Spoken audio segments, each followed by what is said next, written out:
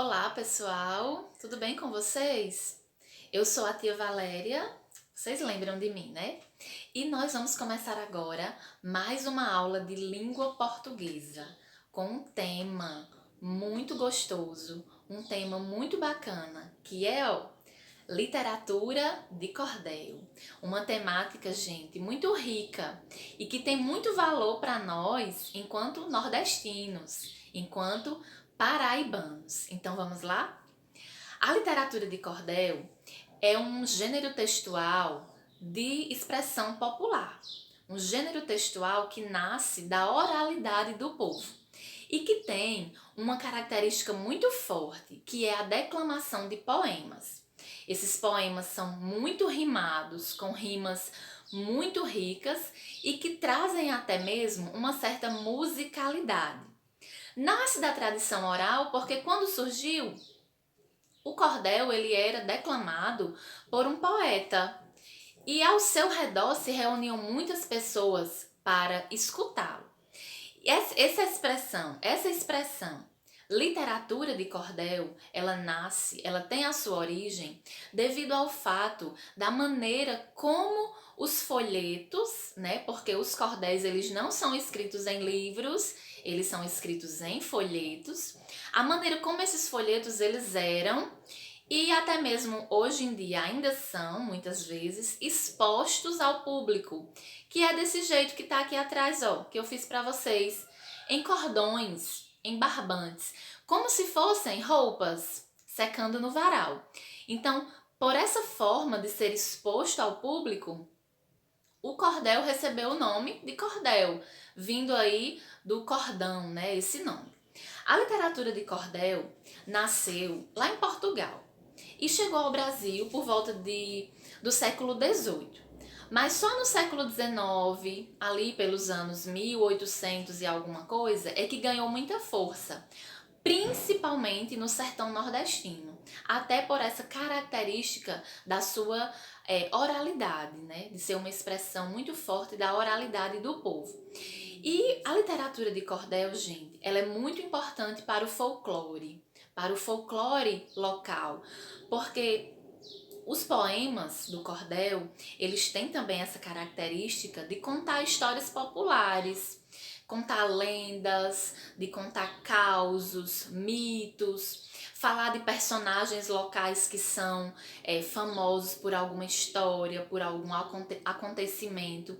Então, a literatura de cordel, ela preserva a cultura do povo, ela preserva, né, a sabedoria popular. Por isso que a literatura de cordel é tão marcante, é tão importante quando a gente está falando do folclore. A linguagem que é utilizada na literatura de cordel é uma linguagem simples, do ponto de vista da oralidade, porque é cheio de oralidade. Muitas vezes, até sem aquele português adequado, vamos assim dizer.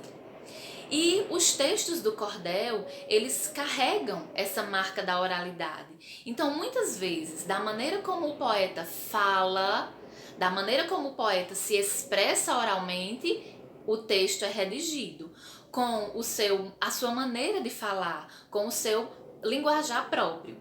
Isso muitas vezes pode fazer com que a literatura de cordel pareça ter uma linguagem simples, mas de simples não tem nada.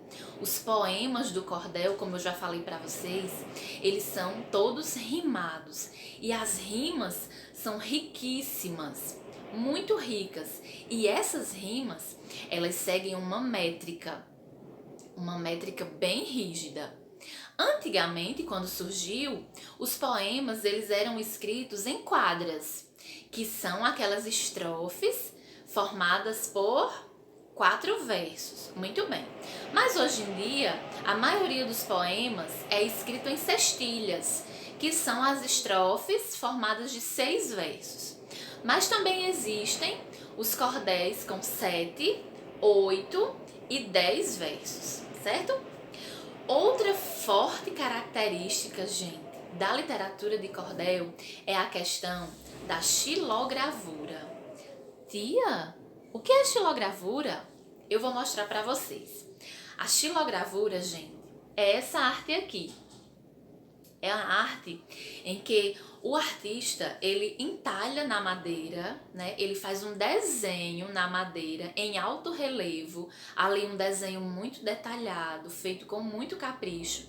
E ele pinta esse desenho em alto relevo e ele prensa sobre um papel ou sobre uma tela, como se fosse um carimbo. E daí nascem as capas dos cordéis. E daí nascem as ilustrações dos cordéis. Essa daqui, ó, que eu tô mostrando para vocês, é de um grande artista chamado J. Borges, pernambucano, muito famoso, né, na arte da xilogravura. Tem um trabalho muito rico, muito legal. Então, eu gostaria de falar para vocês agora, de uma maneira bem breve, sobre alguns dos principais cordelistas brasileiros. O primeiro deles, né, é o Leandro Gomes de Barros, que, segundo os historiadores, foi o primeiro cordelista do Brasil. Ele era paraibano, olha que legal, conterrâneo nosso, paraibano lá da cidade de Pombal. E ele escreveu mais de 240 cordéis, que ficaram muito famosos. Um deles, inclusive, talvez o mais famoso de todos, é o Enterro do Cachorro, que ficou tão popularizado porque outro grande artista brasileiro, chamado Ariano Suassuna, colocou esse cordel numa peça sua, muito famosa também, O Alto da Compadecida. Já ouviram falar? Já, né? E o Alto da Compadecida depois se transformou num filme. Então, esse cordel de Leandro Gomes de Barros, O Enterro do Cachorro, ficou muito famoso por causa disso. Em 2018, nós celebramos, né, o centenário da morte de Leandro Gomes de Barros, que foi um cordelista muito famoso, muito importante na sua época, ainda no século XIX.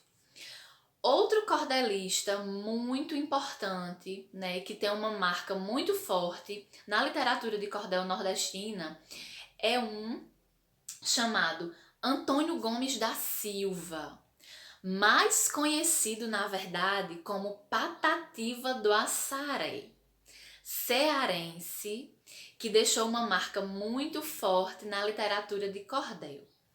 E, inclusive, um dos seus cordéis, chamado A Triste Partida, ganhou assim uma notoriedade muito grande por ter sido transformado em música por outro gênio do baião nordestino, que foi Luiz Gonzaga. Então, a partir daí, Patativa do Assaré, ele ganhou renome nacional e ficou conhecido pela sua obra. Ele escreveu também inúmeros cordéis. Em 2002, né, há 18 anos, ele faleceu. Mas a sua obra é imortal, a sua obra é eternizada. Tanto que serviu de influência, né, para outro grande cordelista, esse agora da atualidade que eu vou falar. Outro grande cordelista também cearense, que é Braulio Bessa. Braulio Bessa é poeta, é cordelista, é declamador, né, e palestrante. E ele anda pelo Brasil inteiro divulgando, né, prestigiando, dando nome à literatura de cordel. Ele é muito famoso também nas redes sociais, no seu canal do YouTube e na televisão.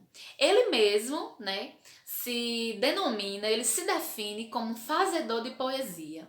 Olha que expressão bonita, fazedor de poesia. Então, gente, eu queria agora fazer com vocês assim um breve resumo da nossa aula de hoje sobre literatura de cordel, trazendo assim alguns tópicos, né, algumas palavras-chave para a gente gravar bem sobre literatura de cordel.